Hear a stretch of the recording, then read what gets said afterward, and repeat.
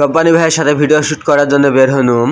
আমার দুইজনের আগে সবাই লৌকাতে উঠলো, আমার কথা ভাবলই না, ওরাই আগে উঠে গেল লৌকাতে। অসময় পরে মুও ঝটপট করে লৌকাতে চড়ার জন্য ব্যস্ত হয়ে গেলুম।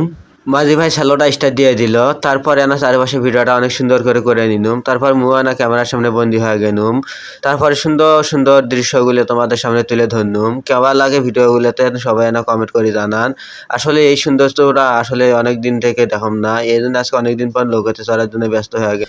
লৌকাতে চড়ার পর মোরানা ফেসটা সুন্দর করে তুলে ধরলুম, এত সুন্দর করে তুলে তোমার ঘরের সাথে কথা কইতে কইতে কিছুক্ষণের মধ্যে নদীর এই ঘাট চলে আসলাম। সবাই এখন রেডি হচ্ছে লোকের থেকে নামার জন্য। ওই পারে যাওয়ার জন্য অনেকগুলো যাত্রী দাঁড়িয়ে আছে। আমি এখন লোকের থেকে নামার জন্য রেডি হয়ে গেলাম।